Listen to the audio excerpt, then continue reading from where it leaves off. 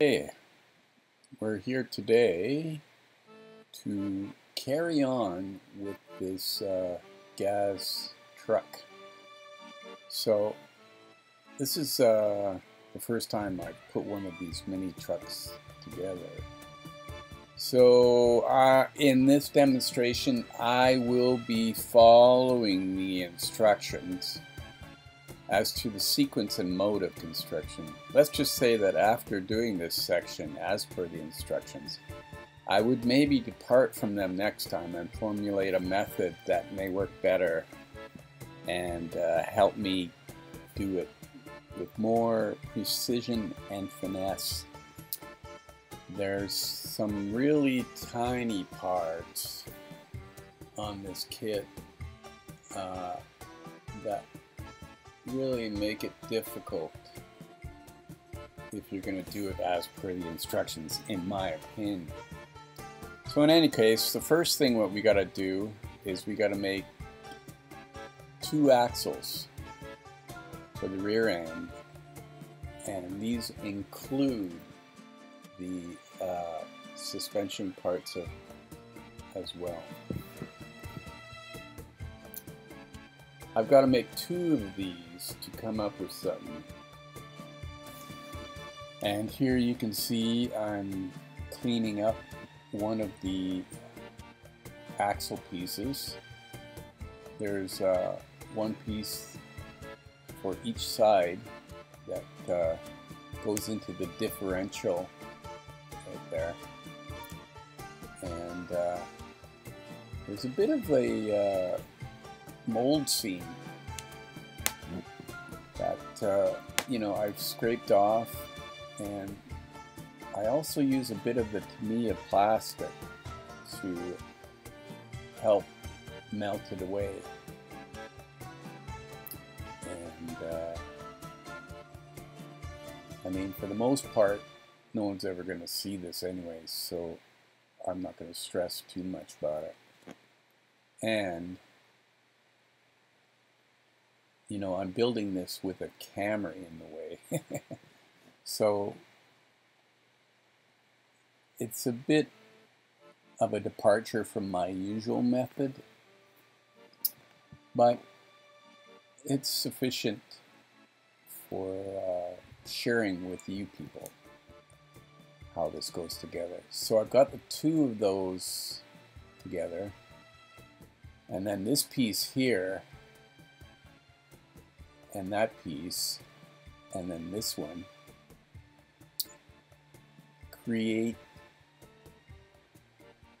the places where the drive shafts go into the differential. I haven't totally cleaned up the parts because they're so tiny. I want to put them together and bulk them up a bit. You see that one there? Not this one, but the other one. This one. It's got quite a bit of flash around it. So I basically ended up just melting that very thin halo of flash with the Tamiya to make it into the more square shape that it would be.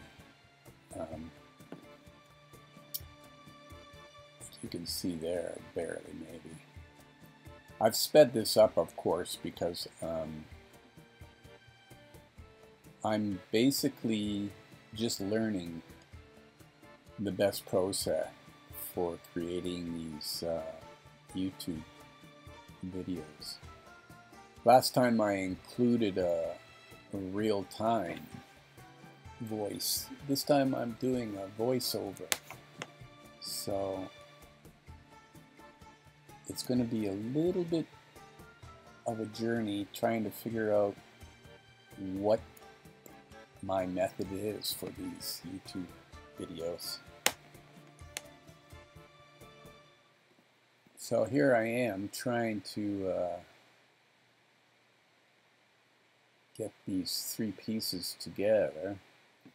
So yeah, these are FB7, FB6, and FB10. Like the FB7 is the part that's got some flash on it that you should take a look at. But I really find the way that they go about numbering parts to be confusing. Like FB7, FB21, like why not just say F7? I ended up having some issues later with the tires, which we'll talk about. But yeah, be careful with FB2, FB1, FB26, and FB22 because I got turned around on that somehow. I mean, in the end, I pulled it off, but just a warning. Okay, here you can see I've jumped ahead and I've already glued the FB24 parts onto the FB11 axle parts. And I'm not sure if I would do it this way next time or find a different way to do it, because the FB24 parts that look like a claw, they are meant to fit into the leaf string parts like FB1 and FB26, and I might want to stick those onto the leaf spring parts as opposed onto the axle parts. I'm not sure. I'll have to take a look at the next time I build it. But yeah, while I love Mini-R and their way of going about getting super detailed parts, their numbering system is for the birds as far as I'm concerned. So anyway, I'm going about here and building another set. Just cleaning all the attachment points, and there's a bit of a mold seam that has to get rid of.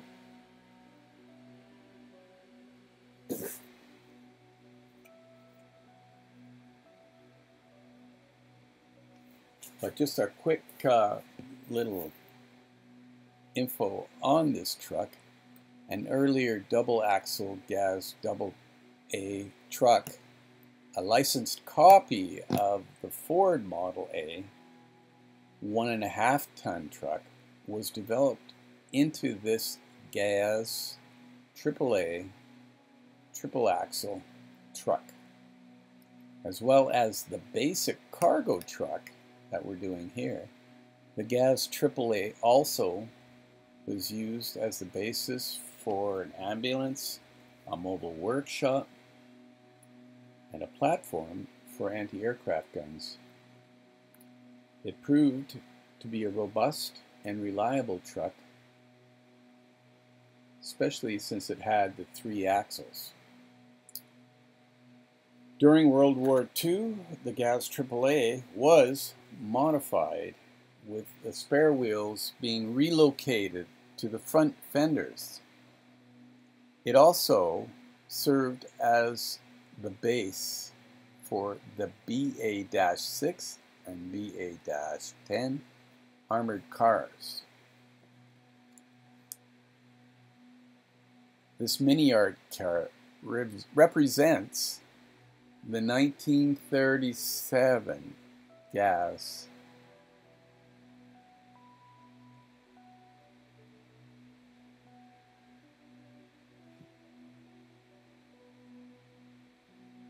The rear differentials and suspensions have a lot of moving parts, so putting them together can be difficult.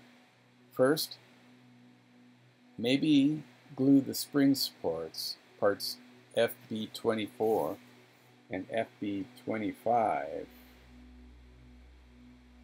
onto the appropriate axles, FB11 and FB12.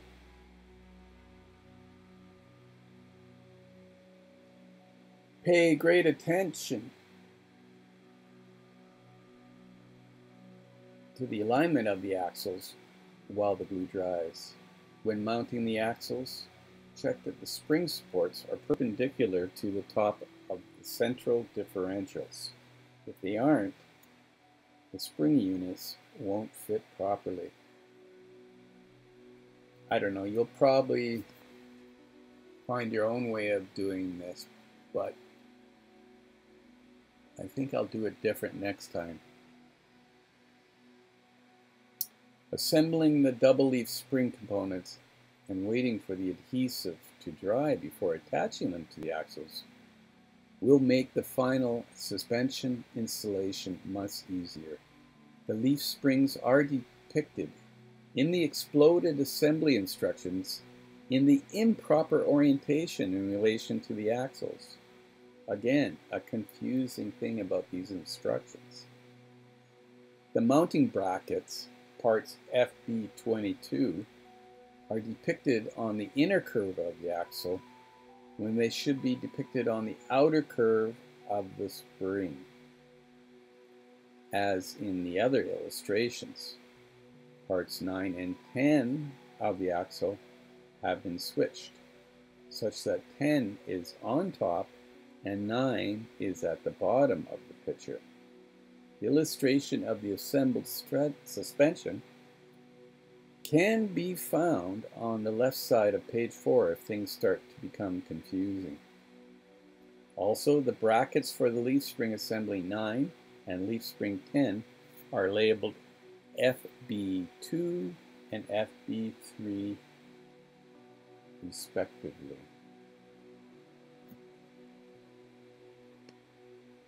Yeah, they screwed up some of the numbering of parts. In the instructions, they have FB2 as being the only part, but there's actually an FB3 on the sprue tree. So just pay attention to that kind of thing.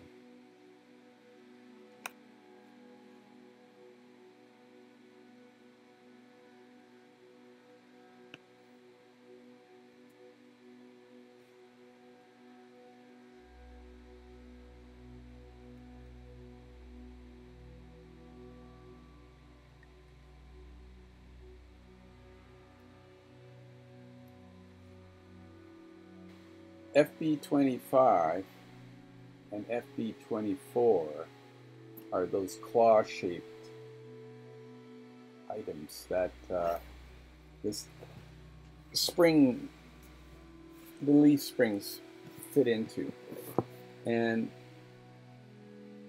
they barely come together to create, you know, a nice solid connection. So yeah, I'm not sure. Just do a lot of drive fitting with those, the axle pieces, the FB12, FB11, which are the two side pieces of the axle. Just make sure that the FB24 and FB25 fit nicely on that. So that's what you can see what I've done here. I've mounted FB24 and FB25 onto the axle. And I don't know where I went. Did I get a coffee or something? Anyway, here I am. I'm going to continue on.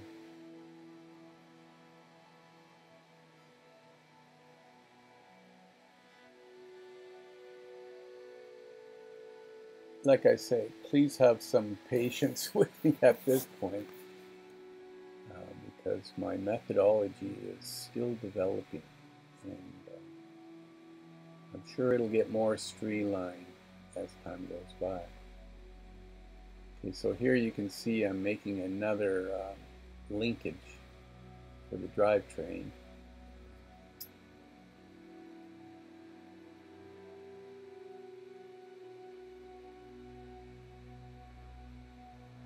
These are small parts, But if you look at other manufacturers' versions of these suspension and axle parts, it's super simplified.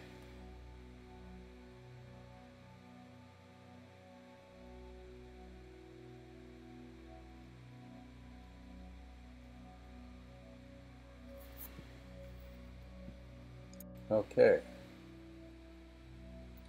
just cleaning up this little part here.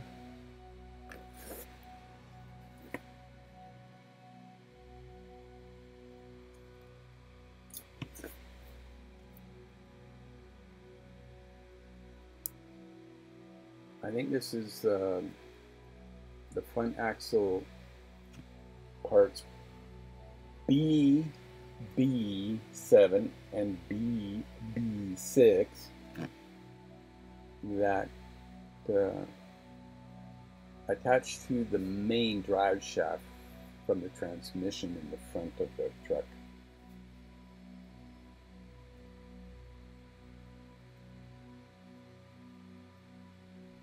Yeah, I found these drawings a bit confusing as well, too.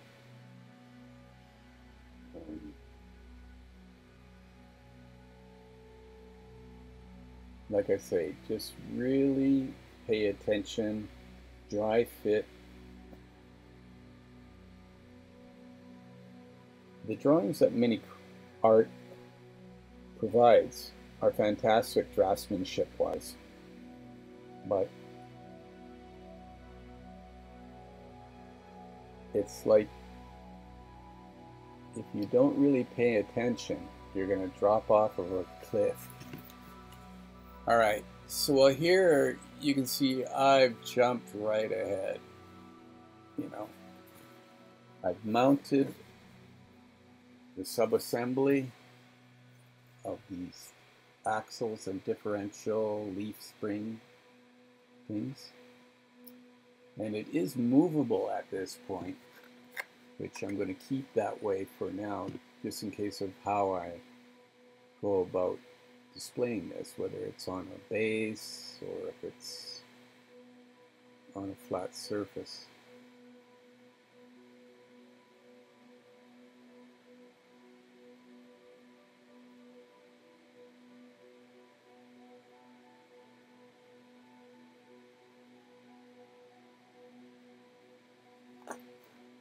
So yeah, here it is joined up to the frame from the previous step.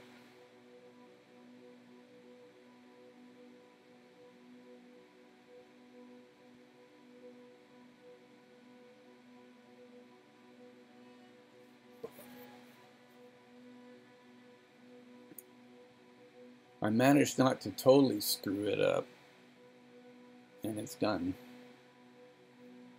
I'd say it's about 70% to my satisfaction of how clean it is.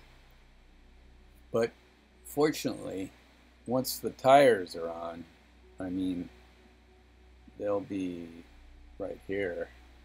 So you won't be able to see much. Anyways, except maybe, you know, right in the central area where the two tires, there's a little space in between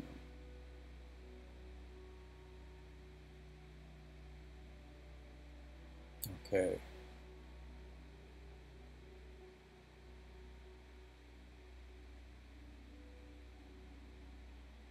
Yeah, these little parts I left off until now, but just be really careful how you mount those. It's not totally clear in the illustrations.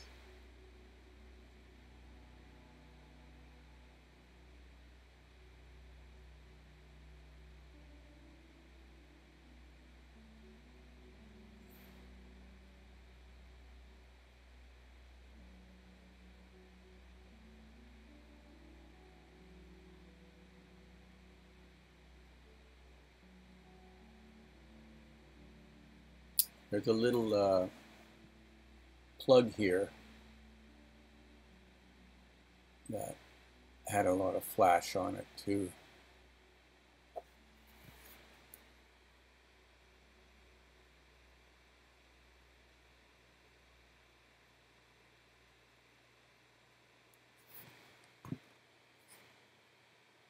That was part FB8. I basically just melted the flash using the Tamiya liquid cement.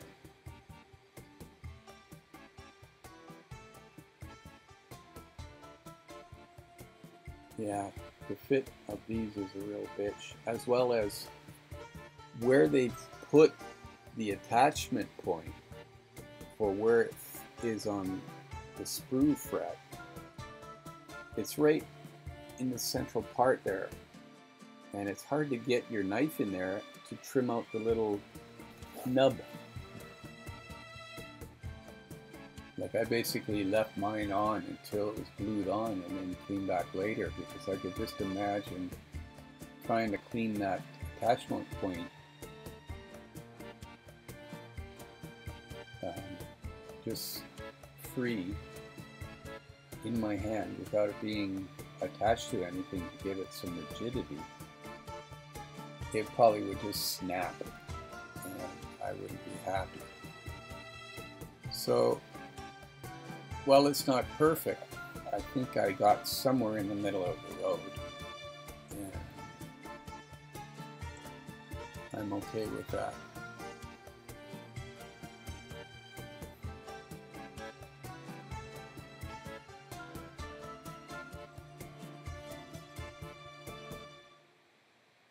So there you have it.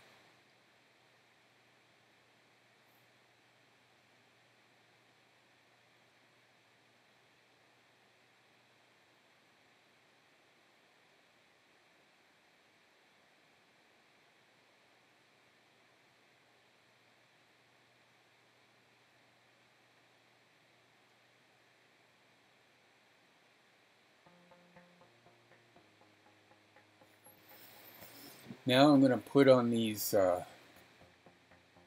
shock absorber.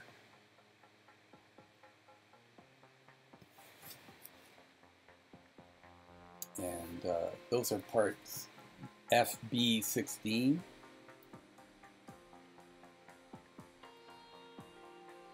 And they attach to a location on the bell or the body of the differential, and that little sub-assembly at the beginning, at the previous step, that was 3 parts. There's like a recess there for you to stick it in. I don't know if I would necessarily glue these to the differentials at this point, just because it might limit the movement of the 2 axles for your display, like if it's going to be on uneven ground or something. But then I suppose you would have to actually trim these suspension parts where the piston goes in one side and the other side. You really don't have a choice anyway, unless you were to modify it.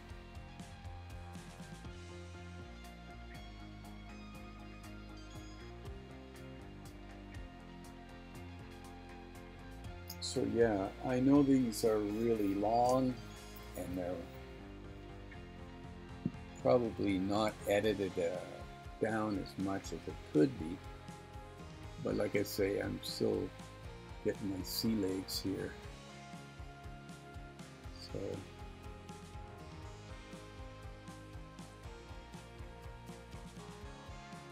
just figuring out my methodology. Like, there's a lot of channels I watch online and they all have a different way of going about it. Some people all they do is do close-up camera work like this, no talking. Garage A4 comes to mind. I really like his style, and I kind of want to do that, but I also kind of like having a voiceover to try and explain it a little bit. You have other people too, like Lou Del Maso. He does a lot of science fiction stuff, but he basically just does an ongoing talk about what he did, and he does more of oral review as opposed to videoing the actual building of things. I think my main goal is to at least have some consistency to just posting, whether it's locked down in a specific style. I'm not worried about that right now. I think I have to find my workflow.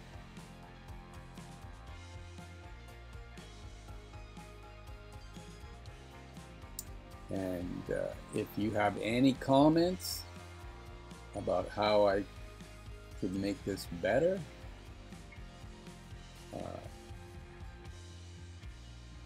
you could comment down below.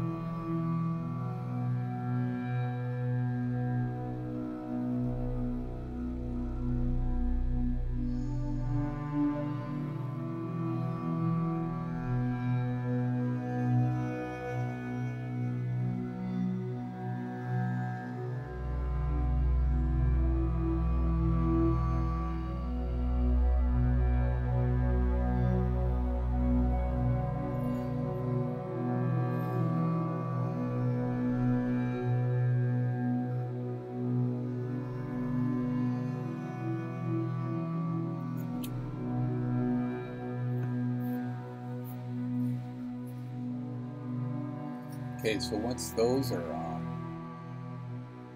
there's another little sub-assembly at the very front, consisting of 3 parts, A7, A6, and A5.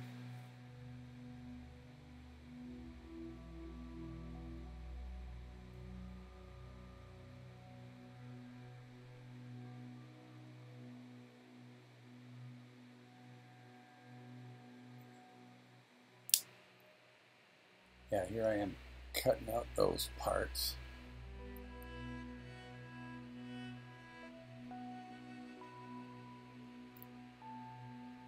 And this took way longer than it should have, but it was a little bit confusing. So after I cleaned up the attachment points, I basically just glued A6 and A7 to that middle part A5. And MiniArt has provided this little step That shows you how this is meant to go together.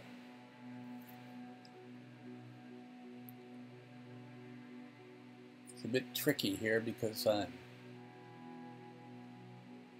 not working as I usually do with the camera in the way.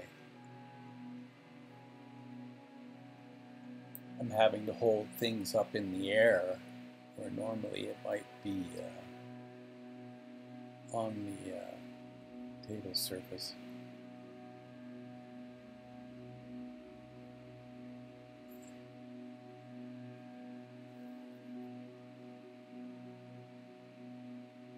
Yeah,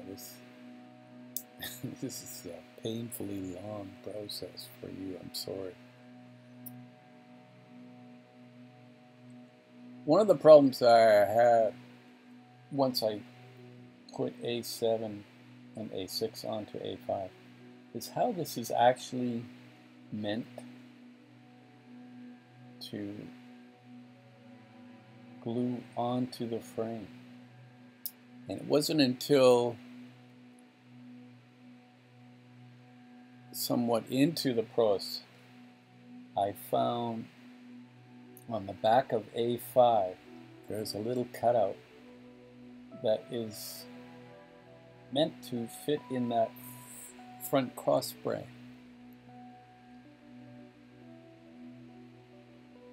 If I'd known that sooner, I wouldn't have had such a difficult time.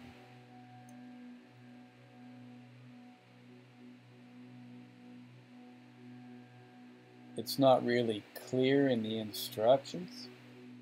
I do have this faint dotted line that indicates something, but alright, so I finally figured out that there's that little cutout there, and that makes my life a lot easier. So just be aware of that. So get a little glue on there. And then I just got to slide it in place.